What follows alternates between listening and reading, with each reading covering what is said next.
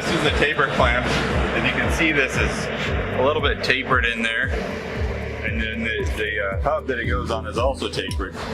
And the idea there is that the tighter you tighten it down, the more force there is and more surface area clamping it to hold it in place. So that just goes on just like that. And you have this washer here that makes sure that the hub can slip, but you're holding it into place on the hub, so the outer part will still slip if there's a gate strike. So what you're going to do is just tighten this down. You can see just finger tight. You can still move the gate pretty easy.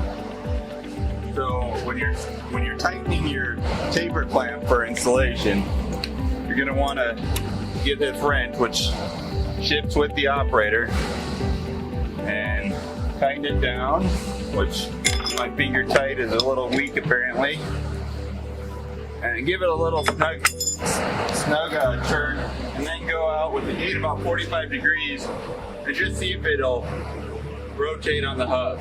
This one, you can see it's still slipping a little bit, so I'm going to give it another half turn or full turn, and then call it good. The intent here is to not go too tight, because you still want, in the event of a gate strike, that's about a quarter turn, you still want the hub to slip so you're not damaging the operator during a gate strike. So that's that. Turn on power and let it run then.